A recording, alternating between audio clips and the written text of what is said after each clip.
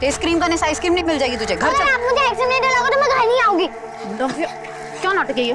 बाप बेटी ने जैसे कसम खा रखी है मुझे तंग करने की। घर चल, फ्रिज में बंद करके तेरी आइसक्रीम बनाती हूँ। घूर क्या रही है?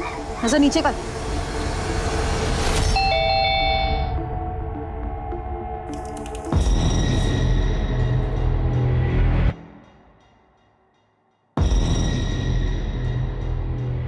देवकी नंदन जी, आप यहाँ? क्या हुआ? ज्यादा खुश नहीं लग रहे हमें देख के। देखिए देवकी नंदन जी, आप यहाँ पर क्यों आए हैं? और आप ये क्या है? ये सब बंदूक? बिना बंदूक चलाए भी हम जख्म दे सकते हैं साहित्य श्रीवास्तव जी। ये तो आपने देख ही लिया है। खैर, अपनी गलती का एहसास हुआ ना, आगे से देवकी नंदन का कोई भी टेंडर रिजेक्ट मत करना। अगर दोबारा पेपर्स पूरे नहीं हुए तो मैं वही करूंगा जो पहले किया था। अरे ये तो सोचो, अगली बार हम क्या कर सकते हैं तुम्हारे साथ। कोई चिंता विंता है कि नहीं फैमिली की? साहित्य तुम्हारी भाभी जी, राम राम। मीना, यही नाम है ना आपका? आई छुटकी का नाव्या। देवकी नंदन जी रुकिए। सब कुछ जानते हैं हम तुम्हारे बारे में। रामदीन, चॉकलेट दो बच्चे को। ना, इसकी कोई जरूरत नहीं। अरे जरूरत है, लो बेटा। साहित्य जी, नया टेंडर खुल रहा है, इस बार थोड़ा ध्यान रखिएगा। आप भी ध्यान रखिएगा। अगर पेपर सही नहीं हुए तो इस बार भी टेंडर हाथ से जाएगा, समझ लीजिए। ऐसी गलती मत करना, इस बार बहुत कुछ तुम्हारे हाथ से चला जाएगा जो कभी लौट के वापस नहीं आएगा, समझे? सत्यवादी हरिश्चंद्र की छठी औलाद समझते हो तुम खुद को? क्यों नहीं हो नव्या? बाहर अरे चुप कर तुम। सुन लेगी वो। ईमानदारी के नाम पे क्या मिला आज तक? हाँ, ट्रांसफर और डिमोशन। अरे 12 साल की शादी में 15 बार तो तबादला हो चुका है। भारत भ्रमण करने के लिए शादी की है क्या तुमसे? चैन से एक घर में नहीं रह सकते और ऊपर से ही धमकियां मिल रही है। तुम दोनों को कुछ नहीं होगा, मैं हूं ना। हाँ तुम हो, और ऐसे हो, उसी का तो रोना है। देखो साहित्य, मैं बता देती हूँ, अगर तुम्हारी वजह से मुझ पर या नव्या पर कोई भी आंच आए ना तो मैं छोड़ूंगी नहीं तुम्हें। मीना, मैं भी तो ये चाहता हूँ कि तुम मुझे कभी ना छोड़ो। साहित्य तुम ना ये। अच्छा ठीक है, गुस्सा मत होना प्लीज। अरे हाँ सुनो, आज रात को ना मेरी बॉस अर्चना मैडम आएगी खाने पे, तो मैं तुझे थोड़ी देर पहले नहीं बता सकते थे?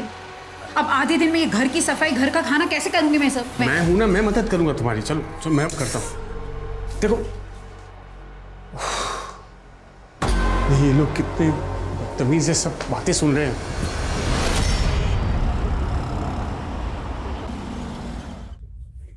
नव्या, मैडम जी जो भी पूछे उसका मुस्कुरा कर जवाब देना, समझी? रुको मैं देखता हूँ। सुनो, सब रेडी है ना? जल्दी करो जल्दी।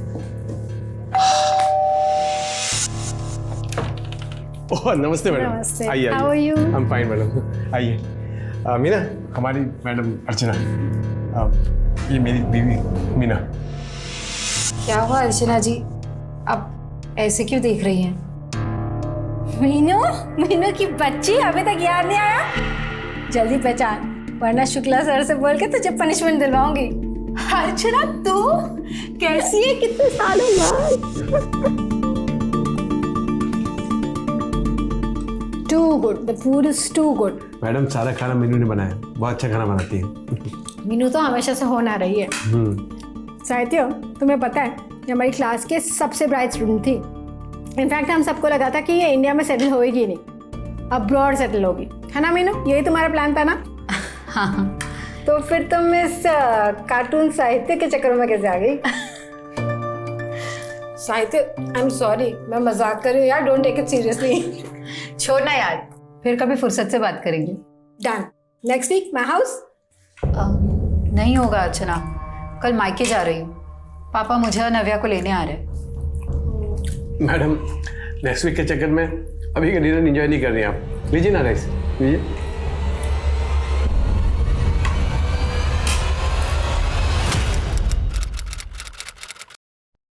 पावर ऑफ अटॉर्नी कहते हो उसे पापा? वही पावर ऑफ अटॉर्नी। तो वकील साहब ने वो बना लिया है, मैंने बैंक पे बात भी कर ली है, और सिर्फ तेरा सिग्नेचर हो गया कि हमारा जॉइंट अकाउंट खुल जाएगा। फिर कल मैं अगर नहीं भी रहा तो मेरे जगह तू सारे फैसले ले सकती है। पापा, ऐसी बातें मत करो ना आप। मुझे चिप्स चाहिए। चुप कर, जब देखो तब जंक फूड खाना है तुझे बस। अरे इतना लंबा सफर है, भूख तो लगेगी ना। मैं कुछ ना कुछ ले आता हूँ, अभी बस आने में 10 मिनट है। नाना जी मैं भी चलूं आपके साथ? कोई जरूरत नहीं है, मैं जानती हूँ तुझे क्यों जाना है, बदमाश। पापा आप ले आइए, हम यही है। चल बैठ। भैया 2 चिप्स देना।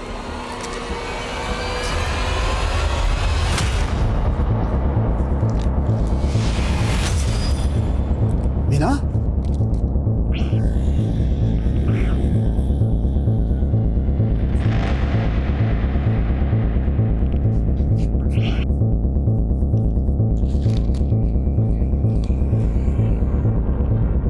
आप जिस नंबर को डायल कर रहे हैं वो इस समय स्विच ऑफ है। फोन क्यों ऑफ आ रहा है?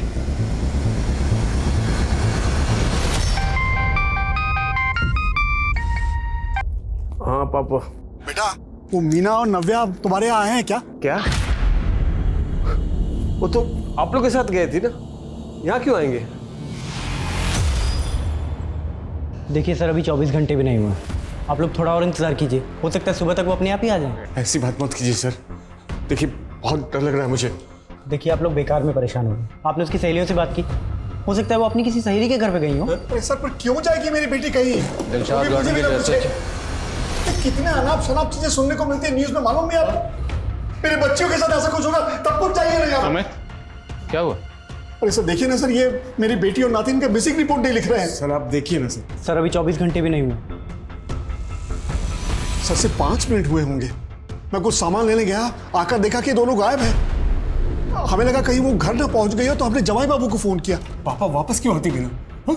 फिर भी सर मैंने पूरा मोहल्ला ढूंढा उन्हें, उनका कुछ पता नहीं चला सर। पूरा बस स्टॉप छाना, लेकिन किसी ने उनको देखा नहीं। उसका फोन भी बंद आ रहा है सर, मैंने कई बार ट्राई किया। क्या आज आप दोनों मियाँ बीवी का आपस में कुछ झगड़ा हुआ था? नहीं नहीं सर, हमारा कोई झगड़ा नहीं हुआ था, वो तो बहुत खुश थी। आप पापा से पूछिए ना। पापा पापा, हाँ आपने मीना को कुछ कहा क्या? नहीं नहीं सर। अच्छा ठीक है, जहाँ से दोनों गायब हुई थी आप इनके साथ जाइए, इन्हें वो जगह दिखाइए। गाड़ी रोको, यहीं रोको।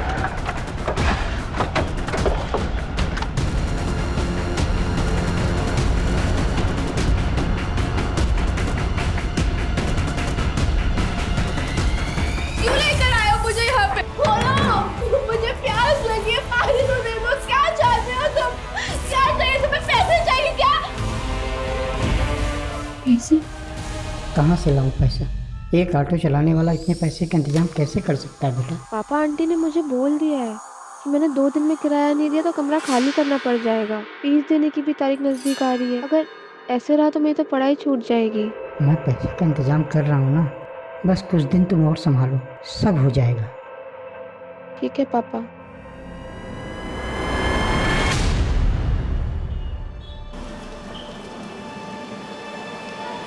पलक, आई एम रियली सॉरी कि लैंडलॉर्ड ने निकाल दिया तुम्हें, पर हॉस्टल के कुछ रूल्स होते हैं। फर्स्ट ईयर के स्टूडेंट को हॉस्टल में कमरा नहीं मिलता। मैं चाह कर भी कुछ नहीं कर सकता। विजय सर, आप प्रोफेसर हैं, अगर आप चाहें तो कुछ भी कर सकते हैं। मुझे सिर्फ एक लेटर लिख के दे दीजिए तो मेरा दाखिला हो जाएगा, और आप जो बोलोगे ना मैं करने के लिए तैयार हूँ, लेकिन प्लीज सर हेल्प मी। हाँ मैं देखता हूँ। थैंक यू सर, आप नहीं होते तो पता नहीं मेरा क्या होता। Thank you. हो जाएगा तुम्हारा एडमिशन। Okay sir. थैंक्स अक्षम, तुम नहीं होते तो क्या होता मेरा।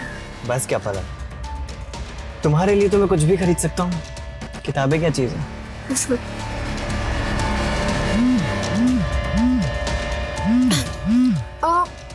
पानी है क्या? प्यास लग रही है। पानी गाड़ी में तो नहीं है, मैं लेके आता हूँ। हाँ।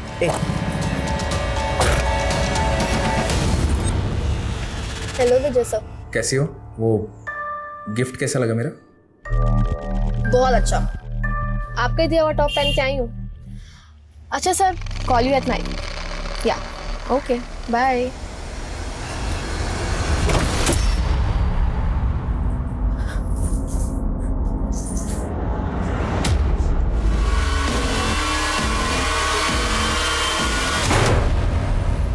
सर 2 दिन हो गए हैं, कब मिलेगी हमारी बेटी? उसके साथ हमारे 11 साल की नातिन भी है सर। सर जरा हमारे बारे में सोचिए, रात को नींद नहीं आती, डरावने डरावने ख्याल आते हैं सर। आप देखिए, मैं आपकी हालत समझ सकता हूँ, आप बेफिक्र रहिए, वो दोनों जल्दी मिल जाएंगे। ये बताइए, क्या ये मुमकिन है कि मीना खुद अपनी मर्जी से कहीं चली गई? अरे नहीं सर, वो हमें बिना बताए कहीं क्यों जाएगी सर? हम एक जॉइंट अकाउंट खोलने उसे बिजनौर लेके जा रहे थे। जाते वक्त उसने तो बिजनौर के अपने सहेलियों को फोन करके भी बताया कि उनसे मिलने आने वाली है। अगर उसके मन में कुछ और होता सर तो वो ऐसा क्यों करती? आप ही बताइए सर।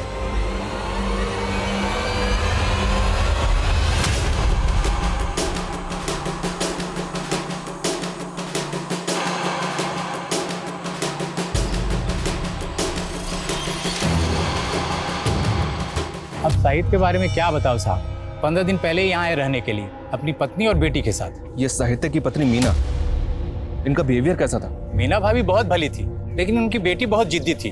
कभी कभार वो अपनी बेटी को डांट देती थी, लेकिन माँ बेटी में बहुत अच्छी बनती है। और मीना और उनके पति में? सर आस पड़ोस में मीना की किसी के साथ अनबन नहीं थी, और ना ही अपने पति के साथ कोई झगड़ा था। वैसे भी दिल्ली में आए हुए सिर्फ 15 दिन हुए थे। हो सकता है सर मीना अपने आप से कहीं चली गई। लेकिन मीना के फादर ने बताया था कि मीना ने बिजनौर में अपने फ्रेंड से बात की थी, उनसे मिलने का प्लान भी बनाया था। अगर मीना के जहन में खुद से कहीं जाने की बात चल रही थी तो मीना इस तरह का प्लान क्यों बनाती? सर मैंने मीना की कॉल डिटेल्स चेक की। सर किडनैपिंग वाले दिन मीना की 3 नंबर्स में बात हुई थी सर। एक नंबर मीना के पिता का है, एक नंबर किसी फूड डिलीवरी ऐप का है, और सर तीसरा नंबर अर्चना यादव का है, जो मीना के पति साहित्य की बॉस है। मिलते हैं अर्चना यादव से। Okay sir.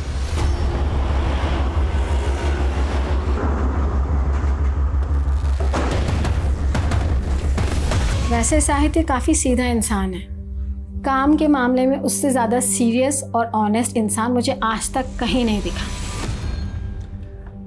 एक जगह SEETAPUR लिखा है सीतापुर। Yes sir. और ये देखिए एक जगह SITAPOOR लिखा है सीतापुर। सर पर नाम तो दोनों एक ही है ना? नाम एक है, पर बहस मत कीजिए, कल आइए ना।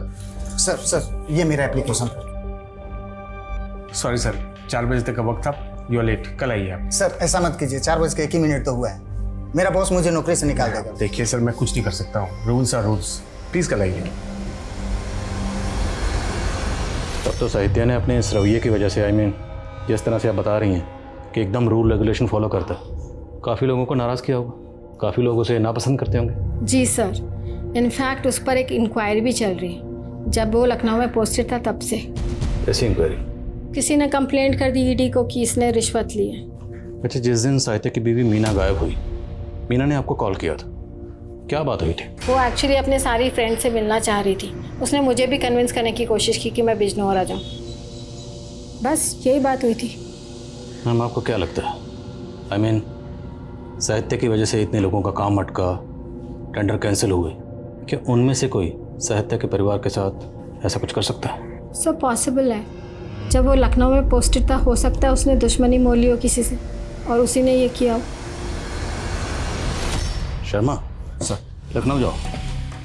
लखनऊ में साहित्य जहाँ पोस्टर था, वहाँ रहते हुए उसने जितने भी टेंडर रिजेक्ट किए थे, सबकी लिस्ट बनाओ। Right sir. और सर, ये साहित्य लखनऊ में जहाँ रहता था वहाँ भी इंक्वायरी करता हूँ। अगर वहाँ पे इसकी किसी के साथ दुश्मनी होगी तो इसके आस पड़ोस में कोई तो जानता होगा इसके बारे में।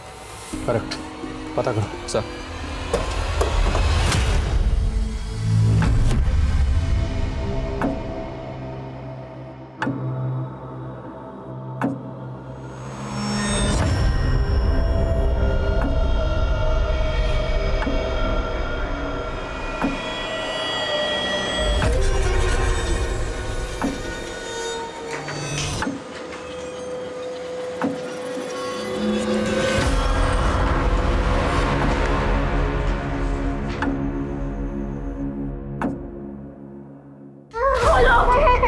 दरवाजा खोलो प्लीज। कौन हो तुम? कौन हो तुम? कौन हो तुम? तुम्हें भी मारना है उसने। बोलो, तुम जानती हो क्या उसको? बोलो ना, कौन हो तुम? अरे बोलो। ये औरत कौन हो सकती है? कौन है वो आदमी जिसने हम दोनों को बंद कर रखा है? पलक, सुनना यार। तुझसे बात नहीं करनी, तू जा यहाँ से। अरे पिछले 1 घंटे से वेट कर रही हो, तू अब आ रहा है? अच्छा, तू जानती है कि मैं लेट क्यों हुआ? ये देख फोन मेरे लिए। Thank you. सेकंड। यार ये तुम्हारा फोन हमेशा गलत टाइम पे बजता है। यार पापा का कॉल है, बस 1 सेकंड। जी पापा। पलक बेटा, मैंने 5,000 रुपए भेजे हैं, किराया चुका देना। अब बहुत जल्दी कोचिंग की फीस भी भेज दूंगा, बस तू मन लगा के पढ़ाई कर। जी पापा, मन लगा के पढ़ाई करूंगी। जी। डैडी को क्यों परेशान कर रही है तू? पैसे चाहिए ट्यूशन के लिए, उससे ले ले।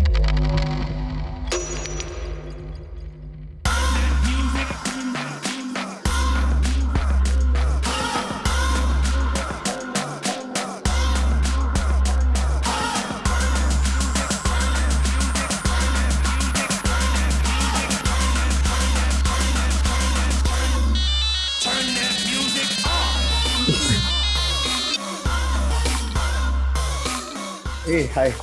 हाय। You're looking damn hot, huh? You also looks fine. Biceps अच्छे बनाए। Thank you. You can touch if you want.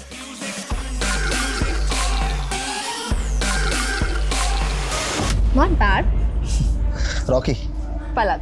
ए रोकी, दूर रह, मेरी बंदी है। अबे तेरी बंदी खुद मुझे भाव दे रही है, इशारा समझ उसका। और तेरा ना सिर्फ नाम सक्षम है, काम में नहीं। अबे ओए, सक्षम ज्यादा मत बोलियो, समझा ना? वरना आया कार में है, जाएगा एम्बुलेंस में। सक्षम चुप हो उसको। तुम चलो मेरे साथ।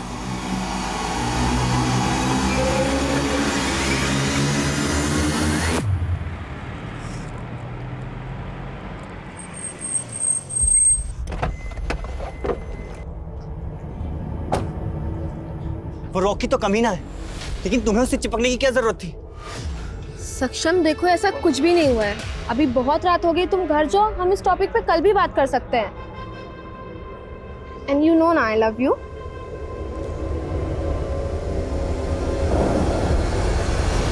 अब तुझे दिखा दो यहाँ से एम्बुलेंस में कौन जाएगा साले। आजा साले।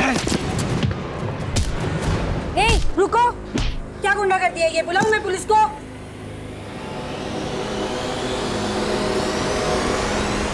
मैम प्लीज, मैम आप मेरी एक बार बात तो सुनिए। मुझे कुछ नहीं सुनना पलक, तुम्हारे पेरेंट्स को इन्फॉर्म कर दिया है, तुम यहाँ नहीं रह सकती, जाओ। मैम प्लीज मेरी एक बार बात सुन लीजिए। मैम प्लीज मेरी।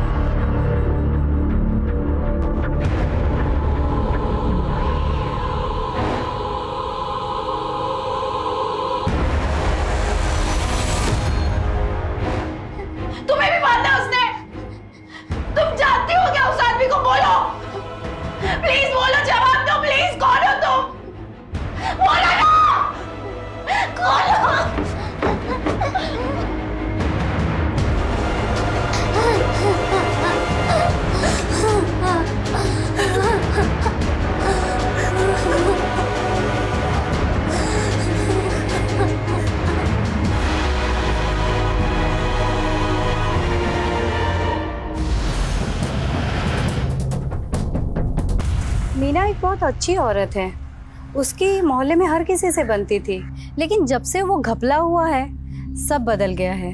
कैसा घपला? मोहल्ले में कुछ 30 औरतों ने मिलकर एक बीसी शुरू की थी। हर महीने उसमें 500 रुपए डालते थे। कांता नाम की एक औरत थी जो इस सब का रिकॉर्ड रखती थी।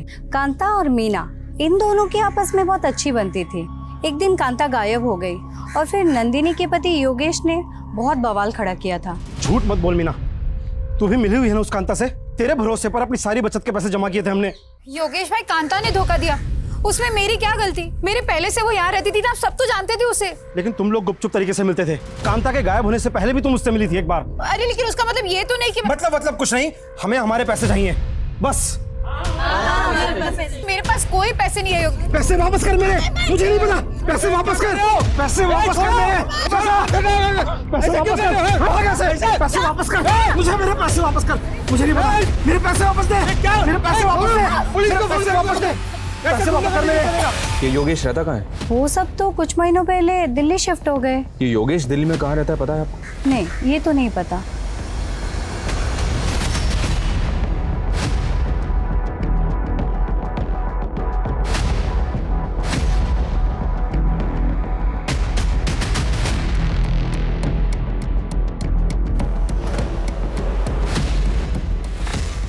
सर ये देवकी नंदन सेंसवाल बहुत बड़ा कॉन्ट्रैक्टर है और उसके कई सारे टेंडर्स रिजेक्ट किए थे साहित्य ने। हमने बोला ना किसी और से बात नहीं करेंगे हम। साहित्य श्रीवास्तव को बुलाओ। कहाँ छुपा बैठे हैं? मैं हूँ साहित्य श्रीवास्तव। बताइए क्या काम है? काम तो तुम अपना ठीक से नहीं कर रहे हो। देवकी नंदन नाम है हमारा। हमारा टेंडर कैसे नहीं पास हुआ? मैंने जो कुछ भी किया है नियम के हिसाब से किया है। नियम डालो अपने। अब बदतमीजी कर रहे हैं। बदतमीजी अभी देखे नहीं हो हमारा। अरे जो बार बार नियम नियम कर रहे हो ना, ये नियम तुम्हें बहुत जल्द यम के पास ले जाएगा। मैं आपकी धमकी से डरने वाला नहीं हूं। अब देखना, तू डरेगा भी और रोएगा भी। और यही हुआ सर, क्योंकि उसके बाद साहित्य पे ईडी में फाइल कंप्लेंट की गई और उसे सस्पेंड भी कर दिया गया। और ये सब देवकी नंदन की धमकी के बाद हुआ? जी सर, लेकिन इतना ही नहीं हुआ सर, उस पर हमला भी हुआ था। साला ज्यादा हीरो बनने का शौक ही तेरे को। साहित्य पे वो हमला देवकी नंदन ने करवाया था। और इसी के बाद साहित्य का ट्रांसफर दिल्ली हुआ? जी सर, उसने साहित्य का ट्रांसफर दिल्ली इसलिए करवाया ताकि वो उसे ह्यूमिलेट कर सके। तो साहित्य पे ये हमला हुआ कहाँ था? सर यही ऑफिस के सामने वाली लेन में।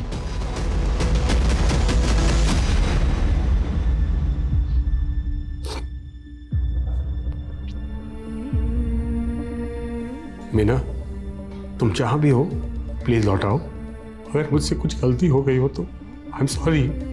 प्लीज नव्या को लेकर आ जाओ प्लीज। मैं क्या करूं मीना? मैंने पुलिस को फोन करके शिकायत दर्ज की ना, अब वो देख लेंगे योगेश को। अब ये सामान अंदर रखो प्लीज। अरे कैसे मर्द हो तुम? तुम्हारी बीवी पे हमला हुआ, मेरी जान जा सकती थी, मेरा गला दबाया गया।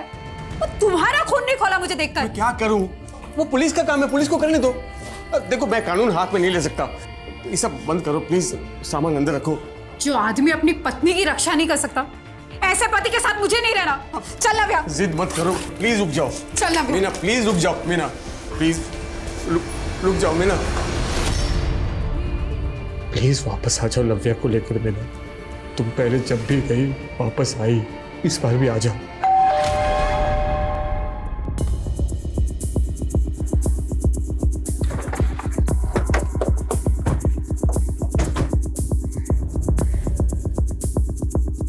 अशोक, क्या कर रहे हो?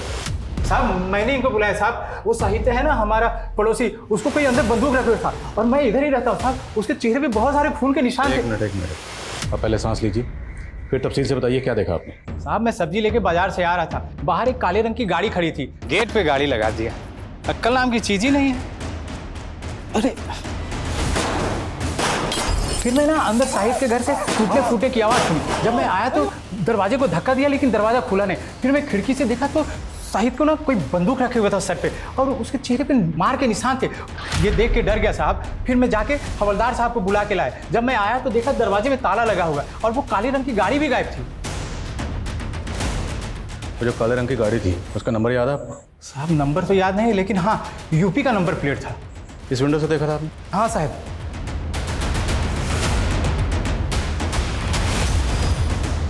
ताला तोड़ो सर।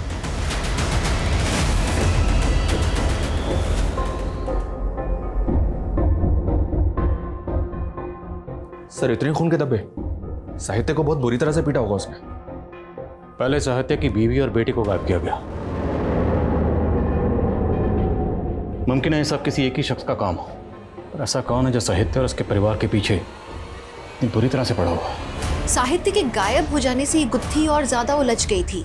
देवकी नंदन और योगेश दोनों पुलिस के प्राइम सस्पेक्ट्स थे, लेकिन दोनों गायब थे। पुलिस उन्हें ढूंढने की कोशिश कर रही थी। साहित्य पर जिसने हमला किया था पुलिस को उसकी भी तलाश थी। पुलिस को शक था कि देवकी नंदन ने उसे हायर किया था इस काम के लिए। लेकिन जब सच सामने आया तो न सिर्फ पुलिस के सारे अनुमान गलत साबित हुए, बल्कि जो सामने आया वो किसी की भी सोच से परे था। लेकिन उस समय पुलिस की सबसे पहली प्रायोरिटी थी मीना और नव्या को ढूंढना।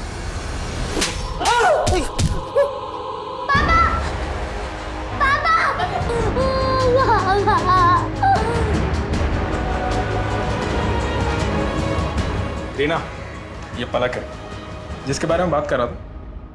Thank you sir. Thank you ma'am. अरे पलक, थैंक्स की क्या ज़रूरत है? इस घर को तुम अपना ही घर समझो। और हमारी भी एक छोटी बेटी है, हॉस्टल में पढ़ती है वो। उसका कमरा आज से तुम्हारा। चलो आ जाओ, तुम्हें तुम्हारा कमरा दिखाती हूँ।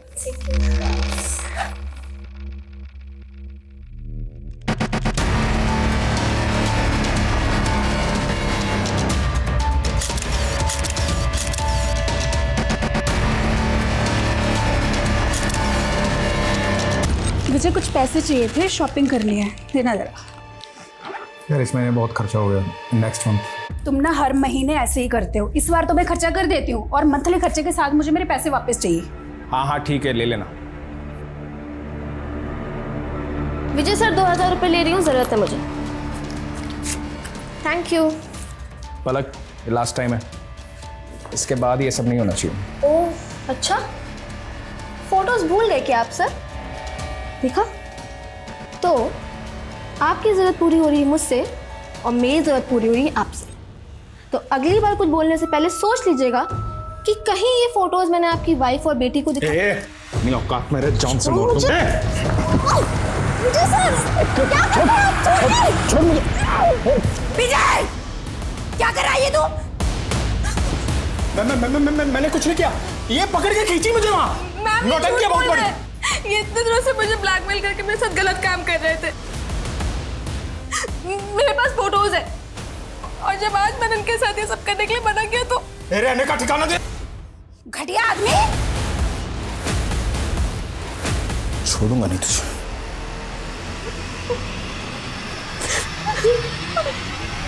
देवकीनंदन, योगेश और ये लड़का, इन तीनों में से किसी ना किसी का इस केस से ताल्लुक जरूर है। सर कहाँ? सर मैंने साहित्य के घर और किडनैपिंग एरिया दोनों जगह के डम डेटा स्कैन किए। सर वहाँ पे 3 नंबर्स ऐसे मिले हैं जो मीना के गायब होने के वक्त भी वहाँ एक्टिव थे, और सर जब कल साहित्य गायब हुआ तब भी वहाँ एक्टिव थे। सर पहला नंबर ये विजय तिवारी है सर, लखनऊ का रहने वाला है। सर्विस प्रोवाइडर को जो इसने एड्रेस दिया था सर अभी ये वहाँ नहीं रहता है। और सर दूसरा नंबर देवकीनंदन का है, और सर तीसरा नंबर इस लड़के का है, सक्षम नाम है सर इसका, और ये भी लखनऊ का रहने वाला है। इस सक्षम का एड्रेस लोकल पुलिस को दो और देवकीनंदन और योगेश उठाओ दोनों को। सर साहब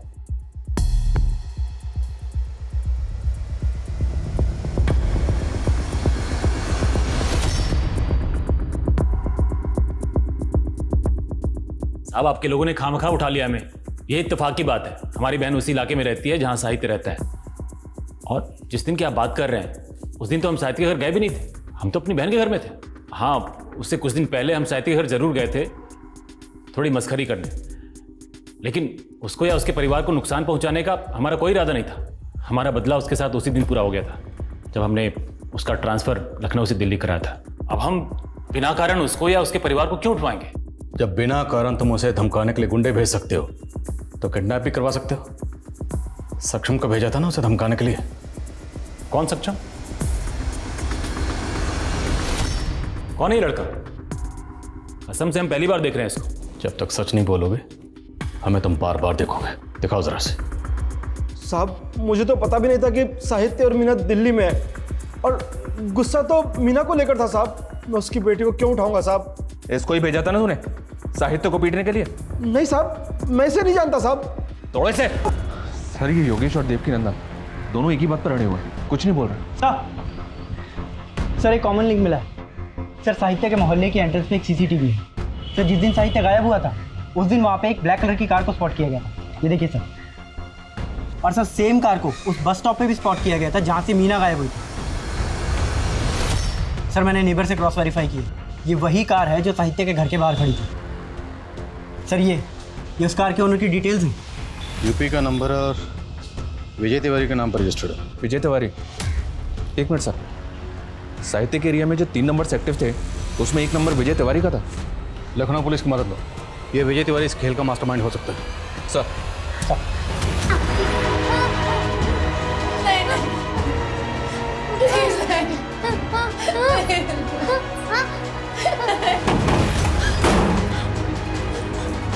सर क्या? सर विजय तिवारी की कार दिल्ली बॉर्डर के पास जहांगीरपुरी में स्पॉट हुई है। लोकल थाने से कांटेक्ट करो, पता लगाओ जल्द से जल्द कि ये कार इस वक्त कहाँ है।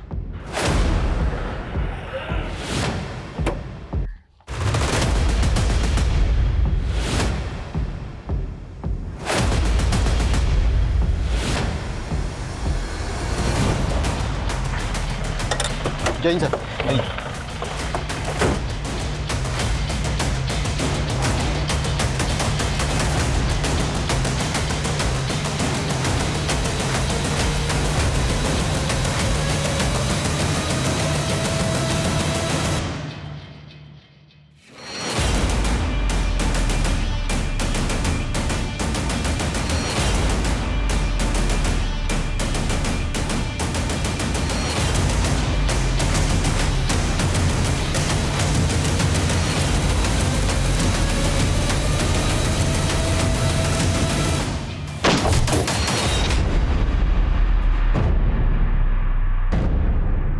कांस्टेबल संदीप जख्मी, उसे ऐसे नहीं छोड़ सकते, हॉस्पिटल भेजना होगा। चलो अंदर कवर करो, गो गो गो गो, गेट हिम, जल्दी हॉस्पिटल भेजो। विजय, फायर मत करो। तुम्हारी जो भी डिमांड है हम पूरी करेंगे, लेकिन पहले साहित्य और उसके परिवार को छोड़ दो। बोलो क्या चाहते हो? विजय, अब छुपाने का कोई फायदा नहीं, हम जानते हैं कि अंदर तुम ही हो। तुमने उन तीनों को किडनैप करके रखा हुआ है। हमारी एक टीम तुम्हारे लखनऊ के घर तक पहुंच चुकी है। बोलो क्या चाहते हो?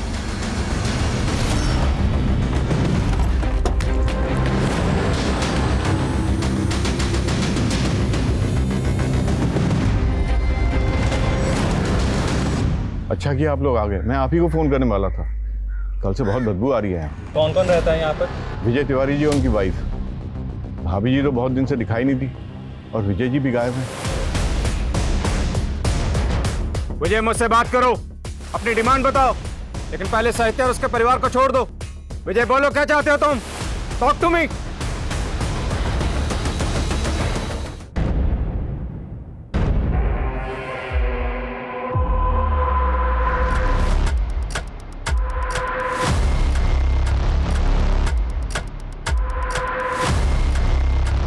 सर, ये देखिए, अगर चारों की जिंदगी बचाना चाहते हो तो चुपचाप यहाँ से चले जाओ। चारों? सर कहीं वो चौथा आदमी मीना के फादर कृष्णकांत तो नहीं? सर रिपोर्ट लिखवाने के बाद वो एक बार ही पुलिस स्टेशन आए, उसके बाद ना वो आया ना उनका कोई phone. Try to call him. Sir, मैं एक टीम पीछे ले जाकर घर के अंदर घुसने की कोशिश करता हूँ। नो नो नो, हम रिस्क नहीं ले सकते। अभी हमें कुछ पता नहीं कि विजय के साथ उसके अलावा और कितने लोग। Can't take this risk. अभी यहीं रहो, बट एक टीम तैयार रखो अपने साथ। Okay sir. पुलिस आ गई है साहित्य, अब हमें डरने की कोई जरूरत नहीं है। नहीं, तुम नहीं जानती हो, आदमी बहुत खतरनाक है। वो खुद को बचाने के लिए समझ नहीं हो मेरी बात।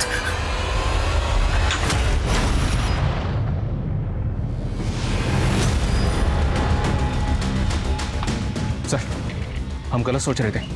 घर के अंदर जो आदमी है विजय नहीं है। विजय की लाश उसके घर पे मिली है, और साथ में सक्षम भी है। विजय और सक्षम अगर मर चुके हैं तो अंदर जो किडनैपर है वो कौन है? कुछ समझ में नहीं आ रहा है सर, अंदर कौन हो सकता है?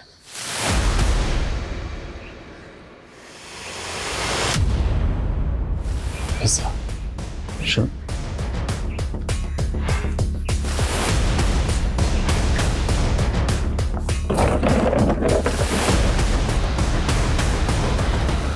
पिज़्ज़े खाए जा रहे थे। जरूर ये पिज़्ज़ा किडनैपर्स ऑर्डर करते होंगे। शर्मा, पता लगाओ ये पिज़्ज़ा कौन ऑर्डर करता था और कौन इसे डिलीवर करता था। Quick quick sir. वक्त तेजी से गुजर रहा था, एक एक मिनट पुलिस पर भारी था। मासूम जिंदगियां दांव पर लगी थी और पुलिस को यह मालूम ही नहीं था कि किडनैपर कौन है और उसका मकसद क्या है। पुलिस को अपना नेक्स्ट मूव प्लान करने में बहुत मुश्किल पेश आ रही थी, लेकिन तभी एक क्रूशियल इंफॉर्मेशन पुलिस के हाथ लगी। सर, काफी दिनों से 2 पिज्जा डिलीवर कर रहा हूँ यहाँ, लेकिन पिछले 3-4 दिन से 4 पिज्जा मंगा रहा है वो। ये पिज़्ज़ा रिसीव कर रहा है लड़का है या लड़की?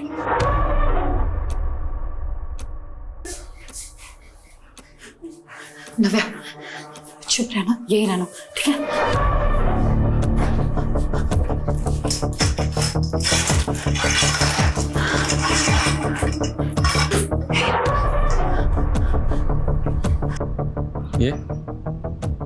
ये हाँ साहब, यही ऑर्डर रिसीव करता था साहब, यही है वो। मेरा शक सही निकला। सर काफी देर से ट्राई कर रहा हूँ, कृष्णकांत जी का फोन लगातार बंद आ रहा है। शर्मा, तैयारी कर, पूरी टीम का बुलेट प्रूफ पहना, घर में घुसने का वक्त आ गया। हमें पता चल चुका है, अंदर तुम ही हो साहित्य। बाहर आओ, बाहर आओ। चल निकल।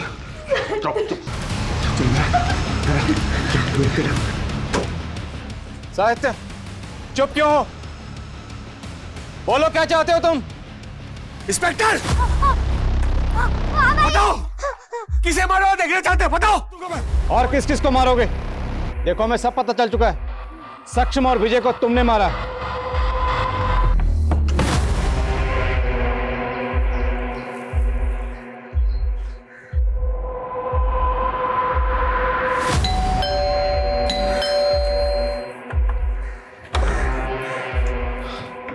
पलक यहाँ आई थी? ओह, तो पलक ने भेजा है तुम्हें? नए पार्टनर उसके ब्लैकमेल करने आया मुझे। जाके बोल दो एक पैसा नहीं मिलने वाला। चलो निकलो। मैं सिर्फ ये जानना चाहता हूँ कि आपका रिश्ता क्या पलक से? क्या रिश्ता है?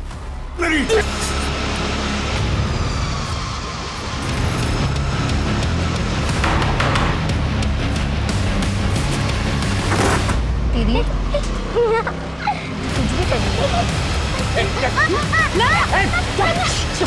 पीछे बैठ, पीछे बैठ। आखिर तुम चाहते क्या हो? और ये लड़की कौन है? देखो, ये तो तुम्हारी अपनी बीवी और बच्चे हैं। छोड़ दो इन्हें। नहीं छोड़ सकता, यही तो प्रॉब्लम है। इंस्पेक्टर, अपने आदमियों को लेकर चले जाओ, सब बच जाएंगे, ये तो सब मर जाएंगे। कृष्णकांत जी, साहित्य के बारे में आप जो भी जानते हैं सब कुछ बताइए। सर, ये साहित्य मेरे दूर के रिश्तेदार का बेटा है। 10 साल का था जब उसके पिताजी उसे छोड़कर चले गए थे। उसके 1 साल बाद उसके माँ ने भी और किसी से शादी कर ली और उसे उसके दादी के पास छोड़कर चली गई। सर माँ मुझे छोड़ के मत जाओ माँ, मैं कुछ नहीं मांगूंगा। मैं तुम्हें कितनी बार समझाया, मैं तुम्हें अपने साथ लेके नहीं जा सकती। माँ मुझे छोड़ के मत जाओ माँ। साहित्य इस सदमे से उबर नहीं पाया सर, लेकिन उसके पास सरकारी नौकरी थी, इसलिए उसके दादी की आखिरी इच्छा का मान रखते हुए मैं मीना से उसकी शादी करवाने के लिए राजी हो गया। लेकिन सर, बाद में पता चला कि उसकी दिमागी हालत ठीक नहीं है। दिमागी हालत? हाँ सर, वो रूल्स और ईमानदारी को लेकर कुछ ज्यादा ही रिएक्ट करता है सर। पीछे शर्मा, पीछे निकल। We have to change our strategy. एक काम करो, एक टीम लेकर पीछे से पड़ जाओ, मैं इसको बातों में जाता हूँ। सुमे, आजा। साहिब, देखो मैं जानता हूँ तुम कायदे कानून वाले इंसान हो, तुम अपनी ड्यूटी को पूरी ईमानदारी से करते हो। देखो, हम भी अपनी ड्यूटी कर रहे हैं, इस तरह अपनी ड्यूटी को बीच में छोड़कर नहीं जा सकते। तुम तो कायदे कानून, नियम कानून ही मुझे तकलीफ दी है। अब तो आगे पार की बारी है। ये लड़की कौन है? इसको तुमने क्यों बंदी बनाया हुआ है? क्या हुआ? चोट लगी? हाँ, यहाँ पे। शायद मुंह चाहिए, रुको मैं दवा देता हूँ। काफी अकेले लगते हो तुम। ऐसा लगता है कि तुम्हें ना ही घर में कोई समझता है और ना ही ऑफिस में। सही कहा तुमने। कोई बात नहीं, मैं आ गई हूँ ना। ये पलक है, इसका बाप गणेश मेरे स्कूल में सीनियर था। गणेश ने मुझसे रिक्वेस्ट की थी कि मैं पलक को रहने के लिए जगह दूं, क्योंकि इसको हॉस्टल से निकाल दिया गया था। दोस्त की बेटी थी इसलिए मैंने मदद की, लेकिन ये इतनी बड़ी चालू निकली, मुझे बहलाकर बिस्तर में ले गई, मेरे अंदर प्यार जगाया और मुझे ठुकरा दिया। मैंने इसका पीछा करना शुरू किया तो पता चला कि सक्षम के साथ साथ इसने प्रोफेसर विजय को भी फांस रखा है। मैं मीना और पलक के साथ हंसी खुशी जीना चाहता था, इसलिए मैंने पहले विजय और सक्षम को रास्ते से हटाया, लेकिन मीना ने मुझे छोड़ने का फैसला कर लिया था। क्यों मुझे छोड़कर जा रही हो तुम? साहित्य, मैंने फैसला कर ली। पर मेरी से क्या गलती हुई? फिर क्यों जा रही हो? मैं क्या गलती? साहित्य, अब तुम मेरा हाथ पकड़ो या सर फोड़ो, कुछ भी करो, मुझे कोई मतलब नहीं है। मैं अब तुम्हारे साथ नहीं रहने वाली। छुटकारा चाहिए मुझे तुमसे। मीना ऐसा मत करो। देखो मैं अकेला हो जाऊंगा, मुझे छोड़कर मत जाओ मीना, प्लीज। मीना देखो, मेरी बात सुनो मीना। बीवी और बच्ची मुझे छोड़कर जा रहे थे, इसलिए मुझे दोनों को किडनैप करना पड़ा और मेरे पास कोई रास्ता ही नहीं था। पुलिस वालों का क्या काम? अब जाओ आप जाओ। अरे आप लोग मुझे क्यों पकड़ा है? मुझे, मैं बोल रहा हूँ ना, आप लोग मुझे छोड़िए। देखिए ऐसा नहीं कर सकते।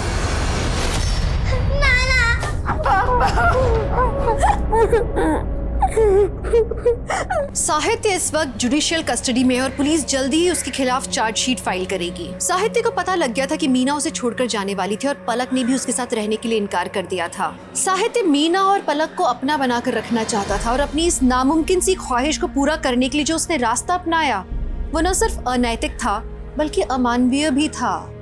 उसने उन्हीं लोगों की जान खतरे में डाली जिनसे वो प्यार करता था। तो अब मैं दिव्यांका त्रिपाठी दहिया लेती हूँ आपसे विदा।